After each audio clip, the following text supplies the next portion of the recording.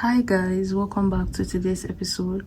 If you're wondering what you're seeing or what you're watching, don't worry, you're at the right place at the right time. I didn't have so much to watch this week. I wasn't able to watch movies, TV shows, listen to music. So I decided to share some stories with you guys from Reddit, and I decided I would try something different because why not?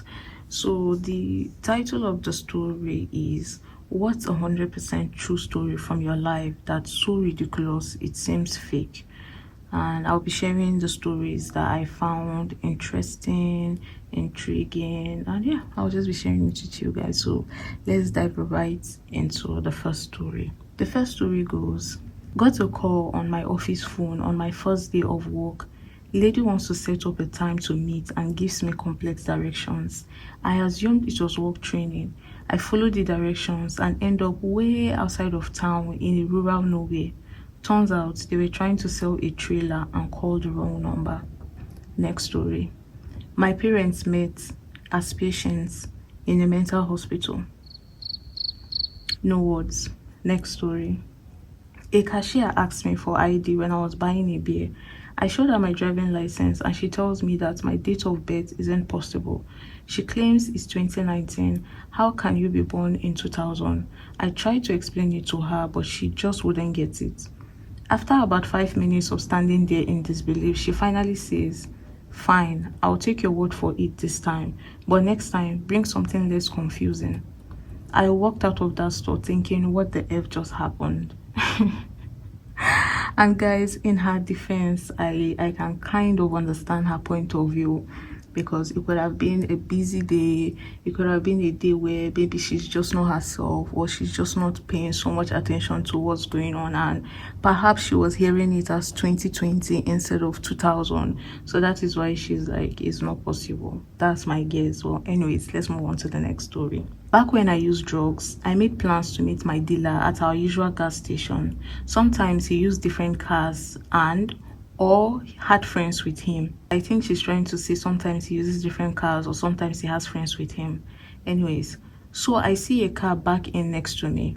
Assuming it's him, I got in the passenger seat to purchase my goods. I gave the money and finally really look at this guy. It's not him. But it gets better.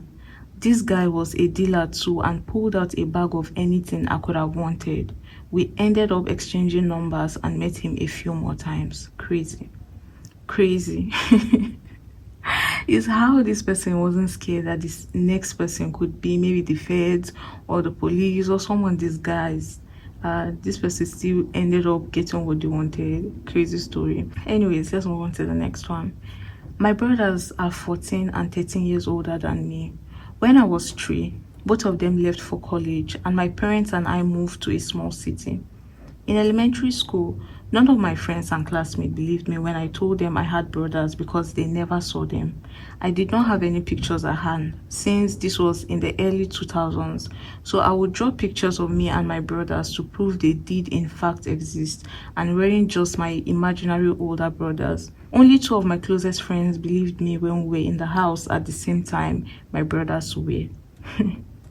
I found that one to be funny. Moving on. My friend got a girl pregnant when he was 13 and the girl was 15. They met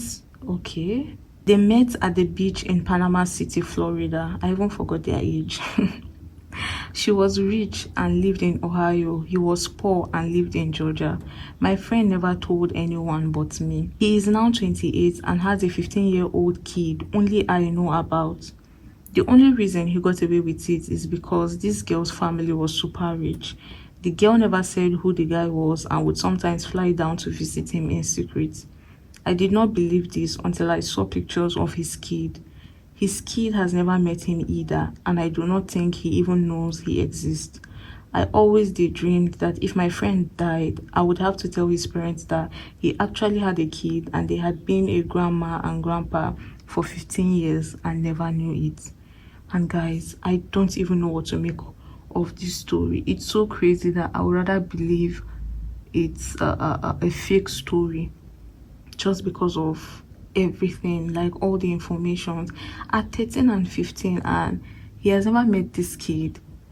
Like, it's just crazy. Just crazy, guys. That's all I can say. Anyways, moving on.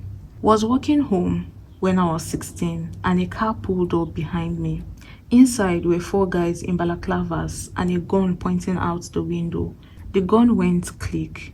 So I ducking bumped it over a head and ran like hell to the sound of some guy yelling, "Wait, we're not going to harm you." Huh? And then I think the story got so many responses, and the writer came back to say, since so many people are asking, not likely a prank, because I think many people are assuming it was a prank. He said nope, friendly neighborhood, either IRA or UVF. And guys, if I was to be in that situation and the gun goes click, I feel like I would have died, left my body resurrected, and it's just crazy. I can't even imagine it.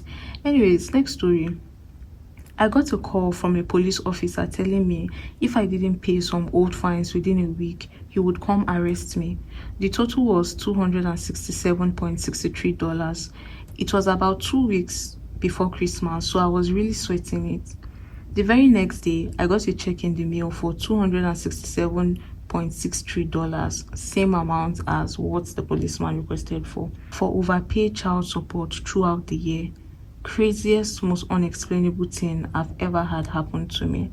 I feel she just fell for a scam and didn't know, because how possible that a police officer knows the exact amount you're getting for your overpaid child support and asking for that same amount down to the cent, exact amount, detail to detail, dot to dot, amount to amount, like literally word for word.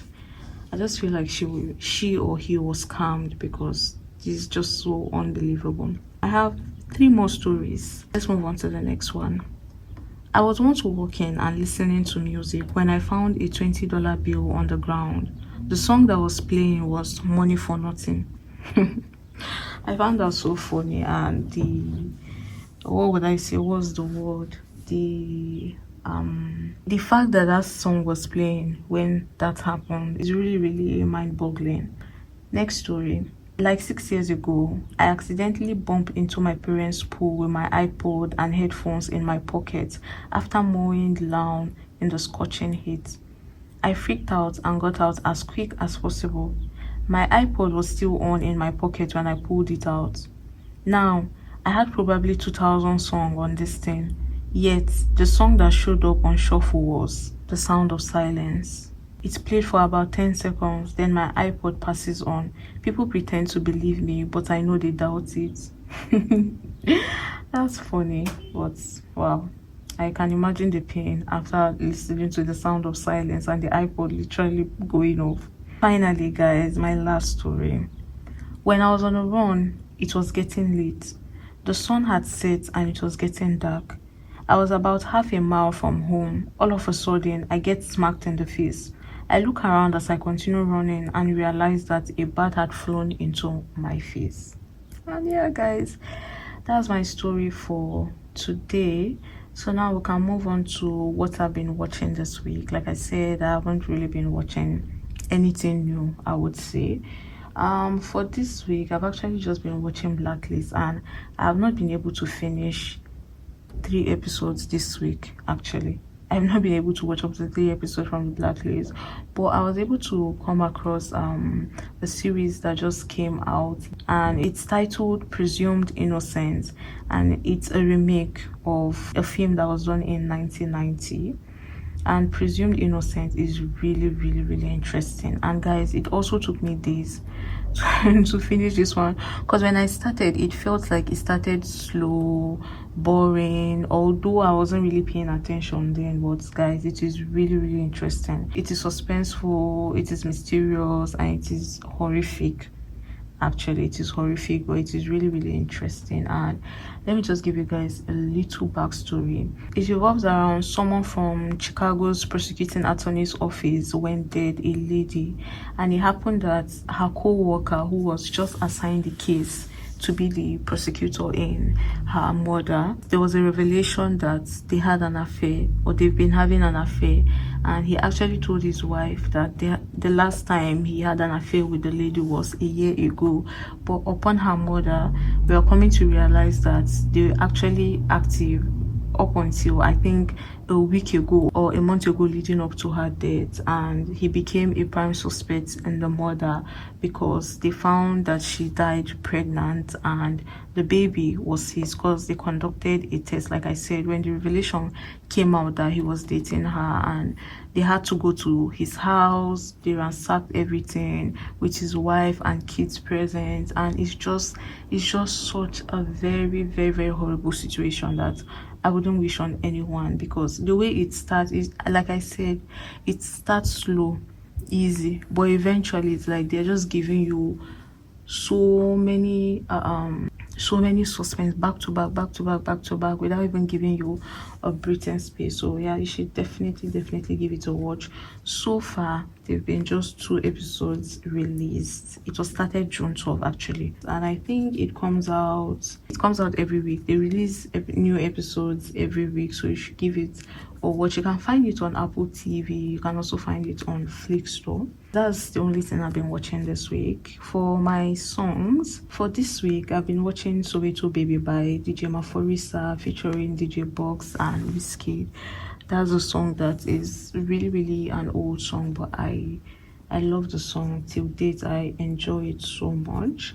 And then I've been listening to Water and Gary by Tiwa Savage, the EP that came I think 2 or 3 years ago, 2 or 3 summers ago.